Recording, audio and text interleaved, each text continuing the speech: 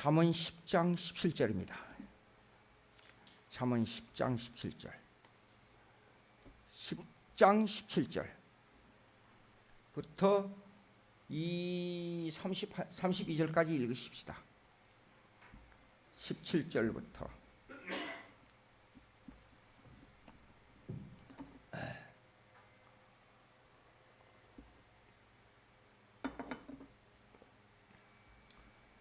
(17절) 제가 있습니다. 훈계를 지키는 자는 생명길로 행하여도 징계를 버리는 자는 그릇 가느니라. 미움을 감추는 자는 거짓된 입술을 가진 자요 중상하는 자는 미련한 자니라. 말이 많으면 허물을 명키 어려우나 면하기 어려우나 그 입술을 제어하는 자는 지혜가 있느니라. 의인의 혀는 술과 각본이와 악인의 마음은 가치가 적으니라. 의인의 입술은 여러 사람을 교육하나 미련한 자는 지식이 없어 죽느니라. 여호와께서 주시는 법은 사람을 과하게 하고 근심을 겸하여 주지 아니하시느니라. 미련한 자는 행악으로 낙을 삼는 것 같이 명철한 자는 지혜로 낙을 삼느니라. 악인에게는 그의 두려워하는 것이 있거니와 의인은 그 원하는 것이 이루어지느니라. 해오리 바람이 지나가면 악인은 없어져도 의인은 영원한 기초 같으니라. 게으른 자는 그 부리는 사람에게 마치 이의 식조 같고 이의 연기 같으니라. 여호와를 경외하면 장수하느니라. 그러나 악인의 수명은 짧아지느니라. 의인의 소망은 즐거움을 이루어도 악인의 소망은 끊어지느니라. 여호와의 도가 정직한 자에게는 산성이요 행악하는 자에게는 멸망이니라. 의인은 영영이 이동되지 아니하여도 악인은 땅에 거하지 못하게 되느니라. 의인의 입은 지혜를 내어도 패역한 혀는 배임을 당할 것이니라. 의인의 입술은 기쁘게 할 것을 알거늘 악인의 입은 패역을 말하느니라. 하나님 아버지 감사합니다. 오늘 또 부요한 자의 생명에 관한 문제가 어떻게 성경에서 기록되고 우리에게 전해져 있는가를 생각하려고 합니다. 하나님 성령께서 함께해 주셔서 우리 마음을 감동하게 도와주시옵소서. 예수님의 이름으로 기도합니다. 아멘. 17절 보시겠습니다. 이것도 지난번에 시적으로 되어 있기 때문에 반어법으로 되어 있어요. 반어법으로. 무슨 말이냐? 한쪽에는 긍정이고 한쪽에는 부정이에요. 훈계를 지키는 자는 생명의 길로 행하여도, 여기에 반대되는 내용이 징계를 버리는 자는 그릇 같느니라. 그럼 훈계와 징계라는 것은 연관성을 가지고 있어요. 훈계를 듣는 자는 생명길로 간다 그 말이에요.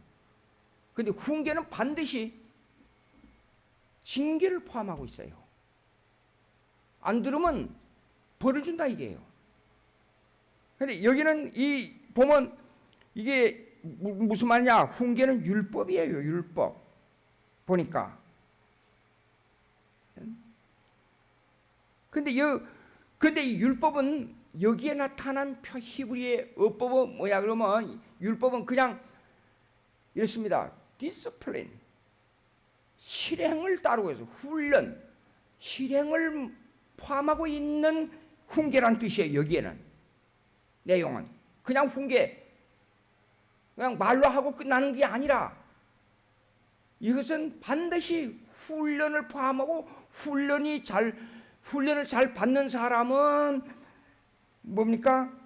생명길로 가고 훈련을 잘못 받아서 징계를 받는 사람은 여기서 거룩하게 된다. 그렇게 해석해야 됩니다. 그러면 이 뜻은 타이팔라지도 가지고 있어요. 내용에. 율법은 뭐냐 그러면 생명길로 가는 길이에요. 근데 율법을 완전히 행하는 자가 누구냐? 예수 그리스도예요. 우리는 행할 수가 없어요. 그러니까 예수 믿음에 우리가 모자라지만은 율법을 준행하려고 몸부림을 쳐야 돼요. 그러면 율법을 준행하는 것만큼 하나님의 복이 와요. 생명길로 인도돼요. 왜 율법이라고 말하지 않고 왜 훈계라고 말하느냐 하는 문제가 나와요. 그런데 히브리 말을 분석하면 이런 게 나와요. 여기는 뭘 포함하고 있냐면 디스플린, 훈련, 제자 삼는다. 제자란 것은 성경에서 말씀하고 있는 제자란 것은 티처 앤 스튜던트가 아니고 선생과 학생이 아니고 예수님의 모습 그대로 따라가는 거예요. 여기서 말하는 훈계는 그걸 포함하고 있어요. 근데 또 인스트럭션, 교훈도 포함하고 있어요. 이 생명, 그러니까 여기에 그렇기 때문에 여기에 생명길로 행한다는 것이 내용이 들어있단 말이에요. 이 속에요. 그런데 이것이 나중에 이름 모양 전체를 가지고 볼 때는 벌써 이 훈계라는 이 말이 그냥 말하는 율법이 아니고 예수님을 내포하고 있어요. 예, 교훈, 훈계도, 훈련하는 훈계도 포함하고 있고 교훈도 포함하고 있기 때문에 이 교훈을 듣고 끝나는 것이 아니라 마음에 새기는 정도에 끝나는 것이 아니라 생활로 옮겨지고 이 생활이 어디로 연결되냐면 하나님에게 영광을 돌리는 길로 연결돼야 된다 그 말이에요. 예. 마태복음 5장 17절 한번 보세요. 마태복음 5장 17절.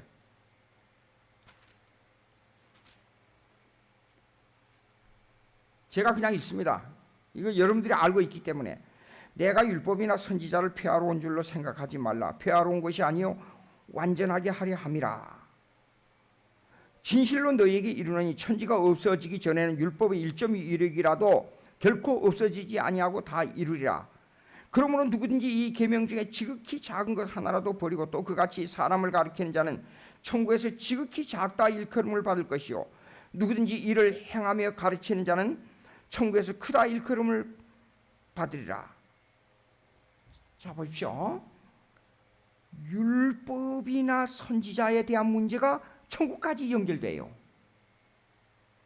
예, 율법의 1.1획이라도 결코 없어지지 아니하리라. 그러면 이 내용은 사실상 뭐에서부터 유추되어 나올 수 있느냐? 그러면 지금 읽어드린 잠언 10장 17절 훈계와 연결돼서 나와요. 이 훈계는 여기에요. 피할 수 없다는 것을 포함하고 있고 이걸 이대로 실천해야 된다는 것을 포함하고 있고 그러나 인간은 실천할 수 없기 때문에 예수님이 피하러 온 것이 아니요 완전하게 하려 함이라. 이 내용을 포함하고 있고 그 다음에 율법의 1.1획도 결코 없어지지 아니하고 다 이루리라 한 것도 포함하고 있어요. 왜냐? 여기서 말하고 있는 보세요. 훈계는 디스플린, 훈련도 포함하고 있고 교훈도 포함하고 있고 인간의 마음을 부드럽게 하는 까지도 다 포함하고 있단 말이에요. 그러니까 우리가 훈련을 받을 때 이렇게 말합니다. 이 사람은 A학점, 이 사람은 B학점, 이 사람은 C학점 그렇게 평가할 수 있어요. 그런데 성경은 이렇습니다. 완전을 말하고 있기 때문에 율법을 완전히 이루어지는 것을 말하고 있기 때문에 1.1획이라도 지극히 작은 것 하나라도 버리고 또 그같이 사람을 가리키는 자는 천국에서 지극히 작다. 아주 지극히 작은 거라도 사람을 가리킬 때 이걸 훈련할 때 아주 중요하게 아주 무겁게 가리키고 훈련해야 된다 그거예요. 이것이 생명으로 가는 길이에요. 이런 사람은 천국에서 크다 일컬음을 받는다고 말이에요. 천국의 크다 뭐예요? 생명으로 연결되는 거예요. 그러니까 여기에서 말하고 있는 지금 훈계 이거는 간단히 생각하는 게 아니고요. 보세요. 훈계는 생명, 죽고 사는 문제를 포함하고 있다 그 말이에요. 죽고 사는 문제. 그러면 우리가 죽고 사는 문제 율법을 그러면 지극히 작은 것 하나라도 다 이룰 수 있느냐? 그걸 못하는데 문제가 있는 거예요. 그러면 이것을 어떻게 해야 되느냐, 못하는 걸 어떻게 해야 되느냐, 결국은 예수 그리스도를 믿는 수밖에 없다 그 말이에요. 완전히 아무리 지극히 작은 것 하나라도 완전하게 이루는 예수 그리스도를 덧입어야 된다 그 말이에요. 구약에 구원 그러면 칼로스라 그래요. 칼로스. 이 말은 뭐냐면 덮는다 그 말이 덮어. 아무리 인간이 자력으로 뭘 하려고 해도 안 돼요. 이것을 덮어줘야 돼요. 덮어. 그럼 칭이라는 것은 뭐냐, 법적 선고인데 보니까 죄인이야. 죄인인데 예수 그리스도를 보고 예수 그리스도의 옷을 입고 왔어요. 예수의 의의를 덧입었어요. 덧입고 와서 보니까 속은 아무리 썩어도 겉에 보니까 예수의 옷을 딱 입고 와서 보니까 죄가 없어요. 그래서 구약적인 구원의 히브리 말은 뭐냐면 덮는다는 뜻이에요. 덮는다. 그것이 구원이에요. 지금 여기에서 말하고 있는 것은 뭘 포함하고 있냐, 훈계는 생명. 아니, 십계명을 다 지키는 사람이 어디 있어요? 십계명을 다 성경에는 두 가지의 구원의 방법이 있어요. 하나는 여기 말씀한 대로 훈계를 지키는 자는 생명을 얻어요. 그런데 이 생명을 얻는다, 율법을 다 지킬 수가 없어요. 율법을 다 지킬 수가 없는데 이 생명길을 얻는 길이 뭐냐, 예수의 옷을 덧입어야 되기 때문에.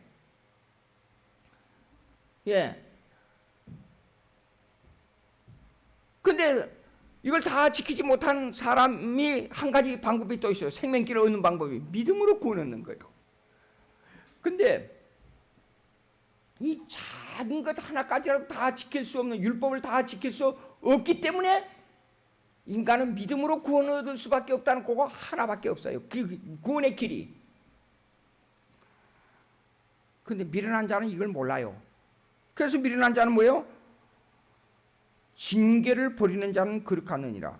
왜 징계가 말이죠? 앞에는 생명을 말하고 밑에는 징계를 말하고 있어요. 이게 아까 말씀드린 대로 반어법이에요. 생명은 긍정적인 요소고 징계는 부정적인 요소예요. 그런데 율법은 반드시 징계가 따르잖아요. 그렇기 때문에 우리가 예수 믿을 때는 항상 예수님을요, 경외함으로 예수 믿으라 그랬잖아요. 경외라는 것은 그저 존경한다는 말뿐 아니라 두려워한다는 말도 포함하고 있어요. fear. 경외함으로, 존경하고 두려워한다는 뜻이에요. 그래서 하나님을 섬기는 것은 두 가지 요소인데, 하나님은 무한한 사랑이에요. 그런데 하나님은 또 하나, 어기는 사람에게는 반드시 형벌이 따라요. 두 가지에서. 그래서 하나님은 사랑과 공의가 공존하고 있어요.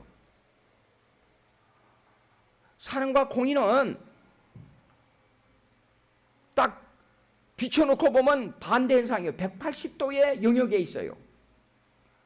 그럼에도 불구하고 이걸 보게 되면 사랑과 이 공의는 서로의 공통점을 가지고 있어요. 사랑하는 것만큼 공의가 적용되고 적용하는 것만큼 사랑이 적용돼요. 그렇기 때문에 우리가 이 세상에 살면서 항상 뭐냐면 징계를 버리는 자는, 이 말은 뭐냐면 부정적인 요소이기 때문에 사실상 훈계에 포함되는 두려움, 율법을 잘 지키려고 하는 두려움도 마음대로 생각하지 말라 그 말이에요. 경외하는 마음을 가지라 그 말이에요. 하나님을 섬기는데 율법은 얼마나 무서워요. 보세요. 전혀 한 가지라도 제대로 지킬 수 없는 아주 예민한 부분이 있잖아요. 율법. 우상 섬기는 문제도 아주 예민하잖아요. 이 예민한 것까지라도 우리가 이 작은 거 하나라도 잘못하면 하나님으로부터 매맞는다, 이런 생각을 가지고 신앙생활을 해야 되는데 그걸 예사로 생각하는 것이 뭐냐, 징계를 버리는 자예요.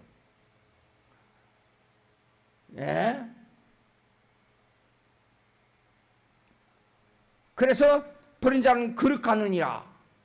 제 마음대로 가버려요. 율법에 두려움이 없으니까, 하나님을 경외하는 마음이 없으니까. 많은 사람들이 그러잖아요. 오늘날 주일날 주일 섬기는 것도 아침에 왔다 일부 예배만 끝나고 헌금 좀 내고 가서 하루 내 골프 치러 다니고 돈 있는 사람들 이게 문제란 말이에요. 두려움으로 하나님을 안식일 지키는 문제. 두려움. 항상 내가 이 하나 하는 것이 하나님 앞에 어떻게 연결되는가. 항상 제가 지금도 머릿속에 남아있는 거, 목사님은 너무 면도칼 갖고 어떤 때는 먹는 것도 까다롭고 뭣도 까다롭고 그런 얘기를 해요. 먹는 것, 마시는 것 하나가 하나님께 어떤 영광이 있느냐 그걸 생각하고 살아라 그 말이에요. 그걸 버리는 자는 뭐예요? 그릇 간다 그랬어요. 마음대로 산다 그 말입니다. 그 다음에 이거 재밌는 게 있어요. 18절 미움을 감춘다 그랬어요. 남을 미워하잖아요. 근데 그걸 감추는 자는 거짓된 입술을 가진 자요. 근데 이걸 잘 생각해야 돼요. 원문을 보고 잘 보니까 이런 게 있더라고요. 이 미움과 중상하는 문제를 같은 동격으로 봐야 돼요.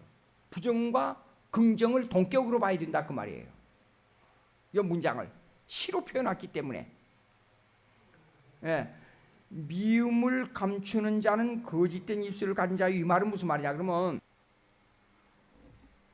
미움은 남을 미워하는 걸 가지고 남을 중상하는 일을 하지 말라 그 말이에요. 그럼 여기 보세요. 미움을 마음속에 가만히 가지고 있다가 그 미움을 가지고 남을 궁지에 빠뜨리는 중상하는 이런 일을 하지 말라 그런 뜻이에요 이거요. 이걸 그대로 반대로 말을 하면 그대로 해석하면요. 미움을 남을 미워한다는 말을 막 나팔 불듯이 이 얘기를 해버리면 어떻게 돼요? 싸움이 일어나잖아요. 그런데 그 사람을 그 미워하는 사람을 중상하기 위해서는 마음에다가 그걸 감추어 가지고 다른 말로 저기 옆에 있는 사람에게 중상을 이 모의를 꾸민다 그 말이에요 지금. 그런 뜻이에요 이거요. 예, 쉽게 말해서 이렇게 쉽게 해석하면 이럽니다. 미움을 감추고 말은 다르게 하는 것이 뭐냐? 거짓 입술을 가지고 그 다음에 다른 사람에게 중상해서 일을 꾸미는 자는 아주 바보 같은 사람이라 그런 뜻이에요.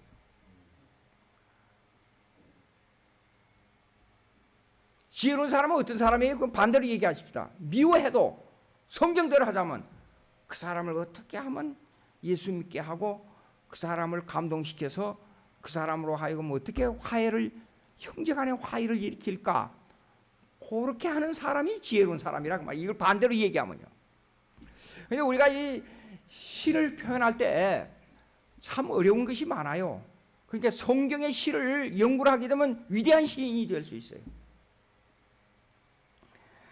자 봅시다. 그럼 19절 말이 많으면 허물을 맹기 어려우나 그 입술을 제하는 자는 지혜가 있느니라. 이 쓸데없는 말을 두고 하는 말이에요. 말을 많이 해야 돼요. 때로는. 그러니까 어떤 때는 이런 게 있어요. 웅변과 침묵을 말하고 있어요.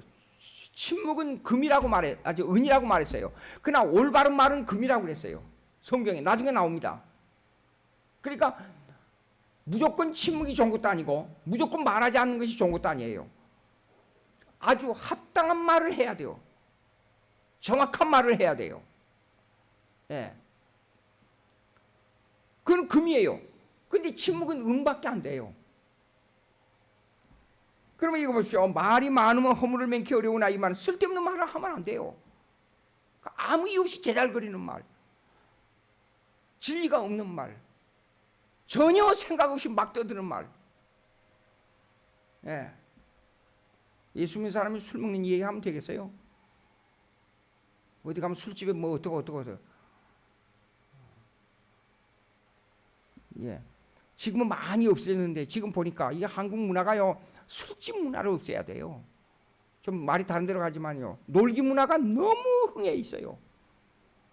미국 같은 나라에서는 주택 지역에 500m 이내에 술집이 있으면 데모해가지고 쫓아내 버립니다. 주택 지역에서 술집이 아주 적어요. 1920년대는 거리에서 술 못 팔게 돼 있어요. 술 파는 집이 없었어요. 알코올을 팔고 하는 것을 상업용으로 그때 팔게 돼 있었어요. 예. 근데 지금 리코 스토어 해가지고 술병 참 수백 수천 개 그냥 갖다 놓고 술 파는. 한국 사람들이 돈 벌려면 그거 해야 한다. 근데 제일로 이 권총 강도가 많이 들어오는 데가 술집. 예. 근데 목숨을 걸고 그걸 해가지고 예. 돈 벌어가지고 나오려고 1년만 한다 그래가지고 나와서 2년 3년 돈 욕심이 나가지고 3년 하다가 10년 하다가 총 맞아 죽고. 20절 보시겠습니다. 의인의 해는 수능과 같거니와 악인의 마음은 가치가 되느니라. 요거 좀 생각할 게 있어요. 의인의 해는 생명을 살리는 입입니다. 타인을 돕는 일을 한다 그 말이에요. 말을 제일로 교회 일을 하다가 힘든 게 뭐냐 그러면 지금 일을 아주 치밀하게 계획하고 기도하고 거기에서 무슨 일을 하기 위해서 교인들과 함께 이제 일을 다 꾸미고 하는데 꼭 교회 중직을 가진 사람이 이러면 안 된다는 얘기를 해요. 참 이상해요. 그렇기 때문에 이 사람은 악인의 마음은 가치가 없어요. 가치가 없어요. 전혀 가치 없는 말인데 여기에 감동을 받아요. 사람들이. 인간이 왜 그래요? 악한 존재로 태어났기 때문에 이 원죄를 가지고 있기 때문에 이렇게 거절하고 남을 욕하고 남을 흉보고하는 일에는 귀가 번쩍 뜨인다고요. 이상해요. 예. 근데 생명을 살리는 일을 해야 되잖아요.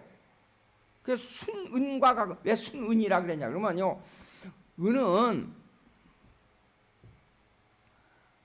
은이 돼서, 금이나 은이 돼서 그것이 녹아가지고 나오기까지는 엄청난 과정을 겪어요. 그 엄청난 과정이 뭐냐 그러면 맨 처음에 은이나 금이 있으면 그걸 돌을 깨요.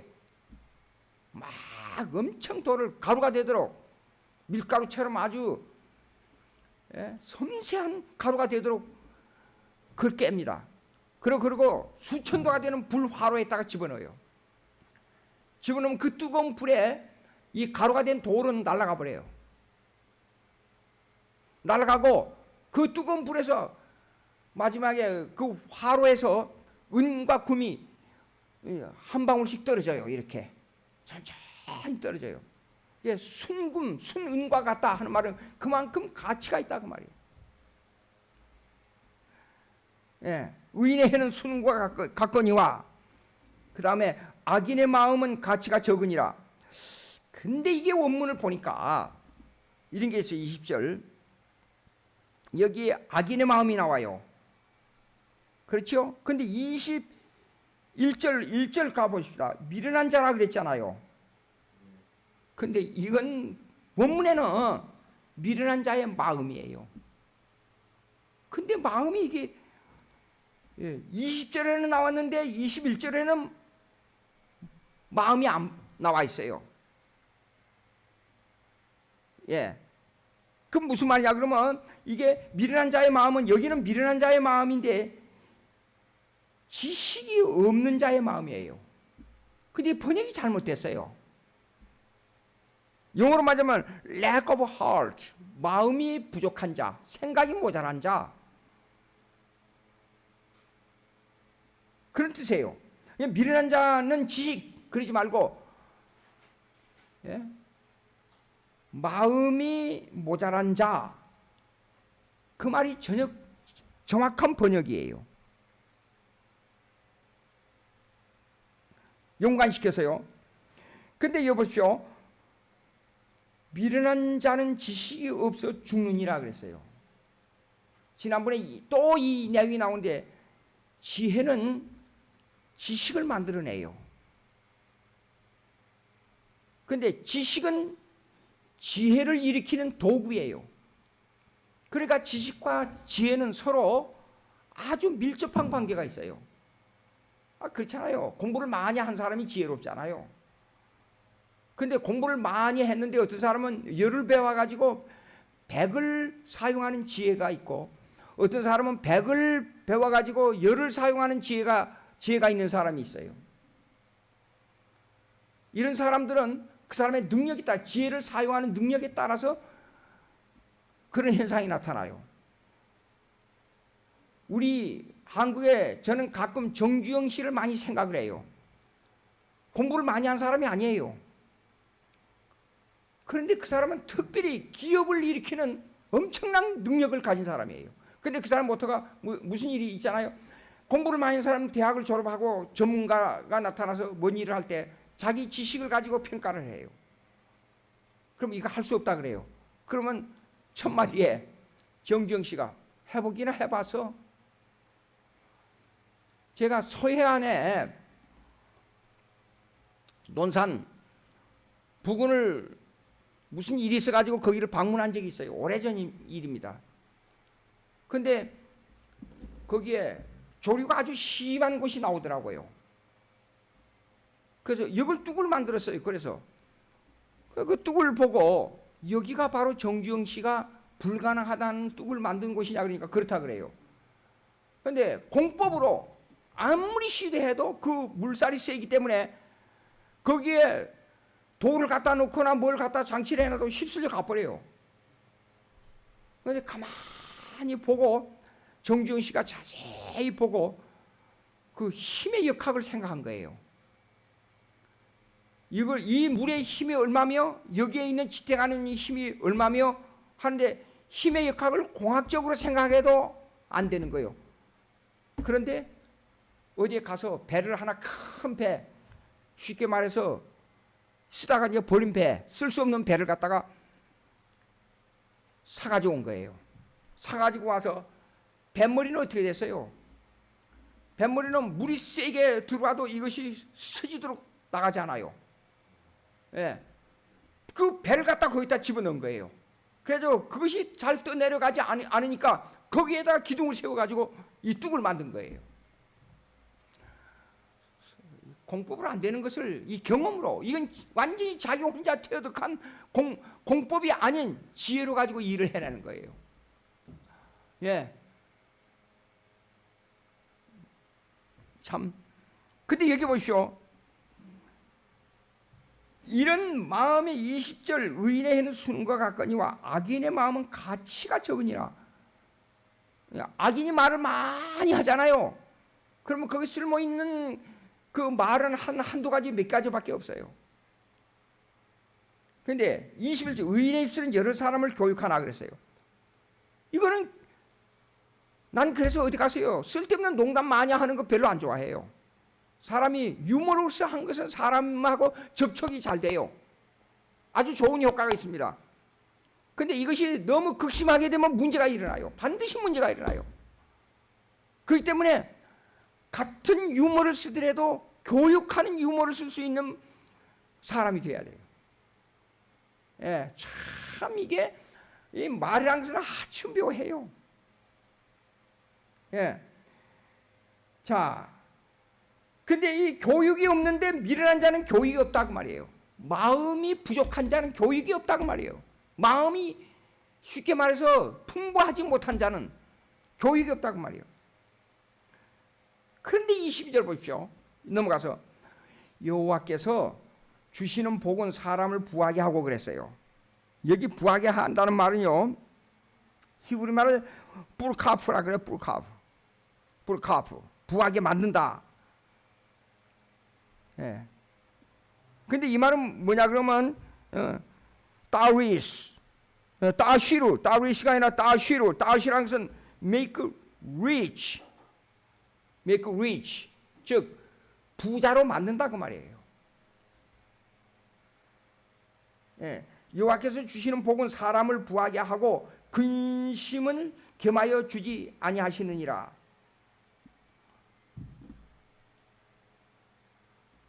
왜 전혀 관계가 없는 것 같은데 느닷없이 여기에요 부자가 나와요? 지혜와 부자는 연결되어 있어요. 그러니까 사람이 부자가 돼야 돼요. 부자가 되는 것은 뭐냐? 지혜예요. 거기는 또 저 같은 직업을 가진 사람은 부자가 될 수 없는 직업이에요. 예. 그러니까 그걸 그냥 그대로 받아들이고 남을 위해서 교훈을 주는 직업을 평생에 살다가 죽는 것이 저의 직업이에요. 근데 거기에 즐거움이 있어요. 예. 근데 이웃론자들은 언제나 세상을 죄악시 보기 때문에 이 물건과 부자를 죄악시해요. 근데 미국에서는 가보니까 이러더라고요. 부자는 지식이 많고 지혜가 많고 똑똑하고 머리가 좋고 또 열심히 일한 사람으로 평가돼요. 그 미국에서는 세금을 안 내게 되면 도둑질하거나 세금을 안 내게 되면 무덤까지 찾아간다는 말이 있어요. 국세청에서. 그래서 미국 사람들은 돈을 많이 번다는 것은 그만큼 노력했고 지혜를 사용했다는 뜻이에요. 클린턴 대통령이 세금 문제가 나왔었어요. 그런데 30년 전에 세금 보고한 서류를 갖다가 국세청에다 갖다 준 거예요. 문제가 없었어요. 이 문제가 나와요. 그래서 이 여호와께서 주시는 복은 사람을 부하게 한다. 그 말은 무슨 말이냐 그러면 어떤 사람은 자기는 부자가 아니에요. 그런데 다른 사람에게 부자 될 수 있는 길을 열어주는 사람이 있어요. 제가 미국에서 목회할 때 젊은이들이 가끔 와요.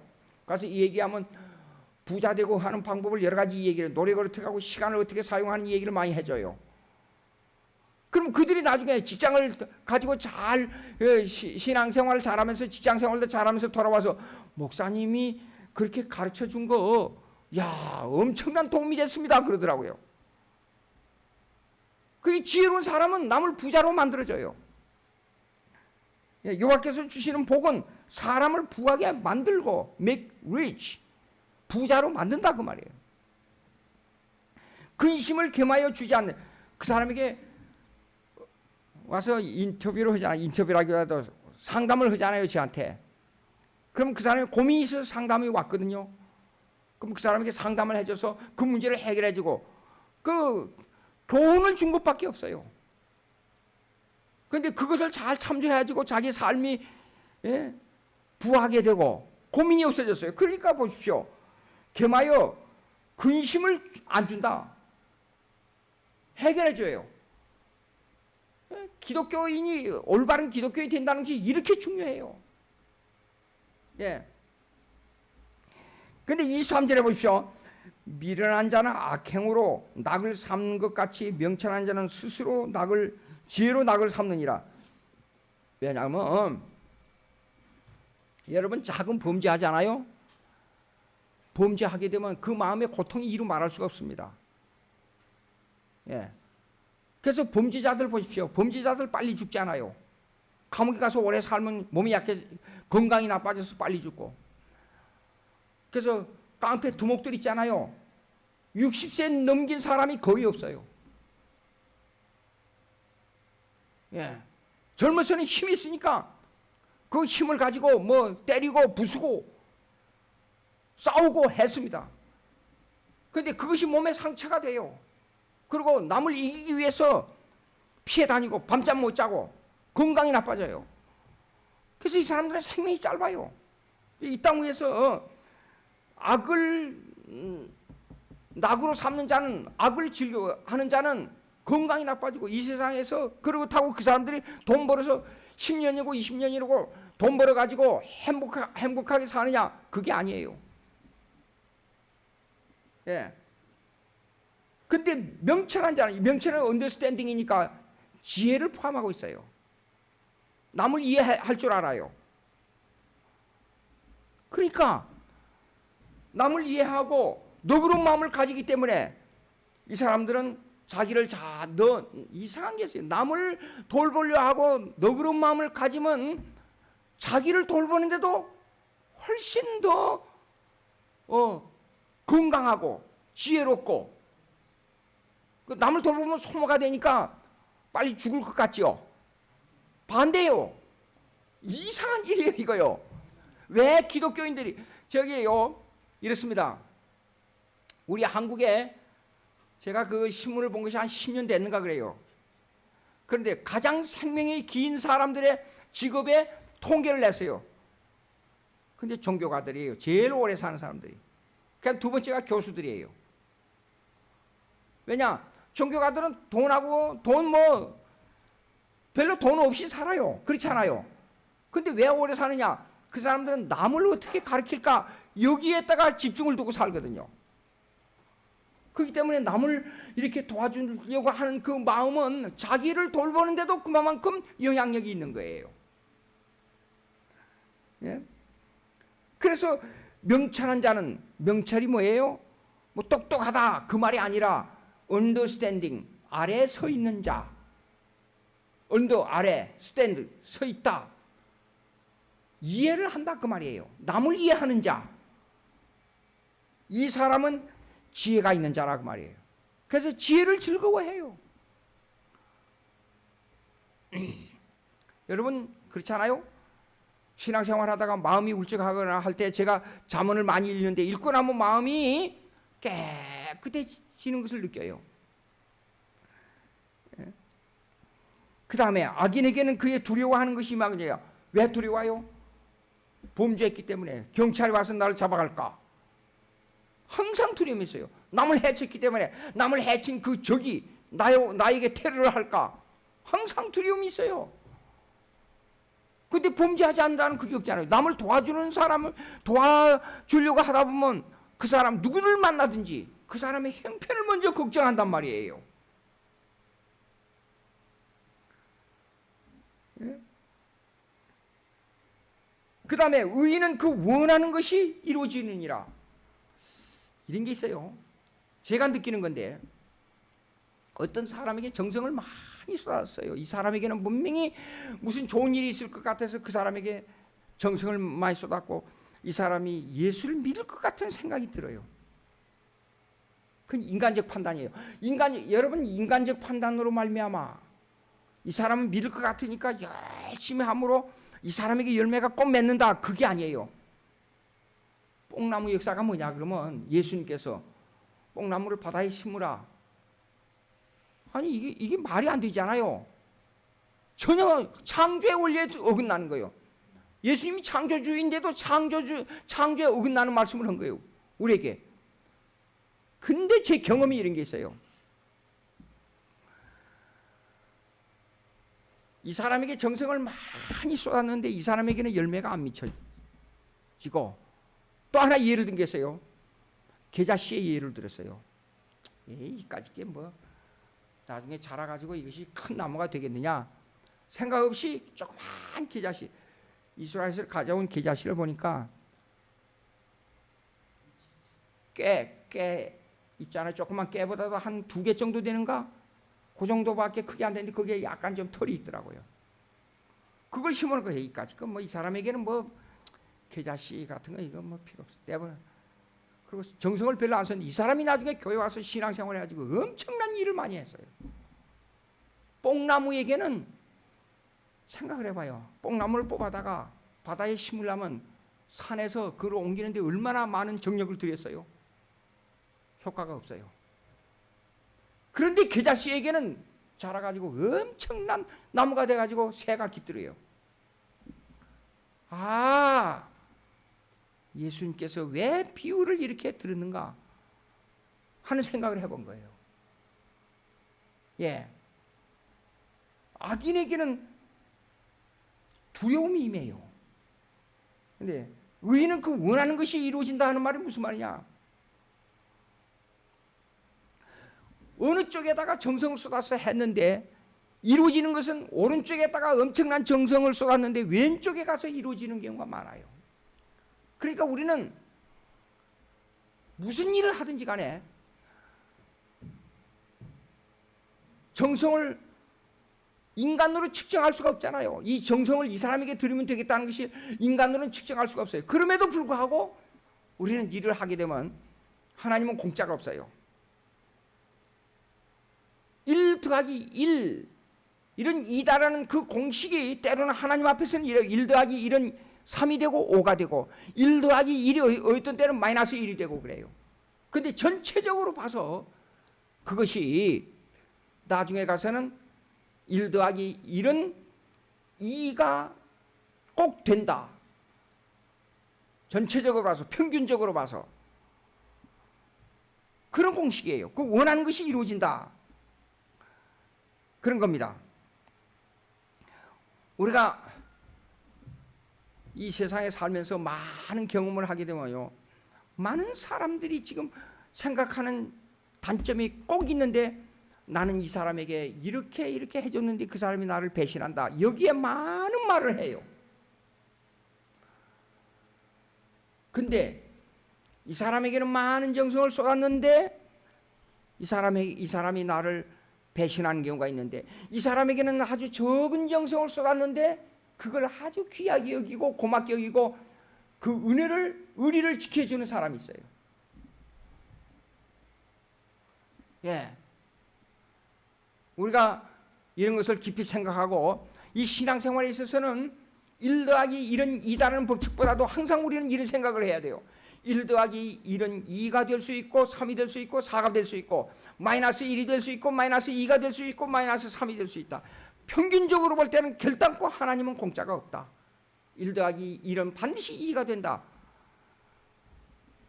여기에 나온 거예요. 그 다음에 여기에서 꼭 생각할 게 하나가 있어요. 지혜로운 자는 부자가 돼요. 마음의 부자가 되고 물질의 부자가 돼요.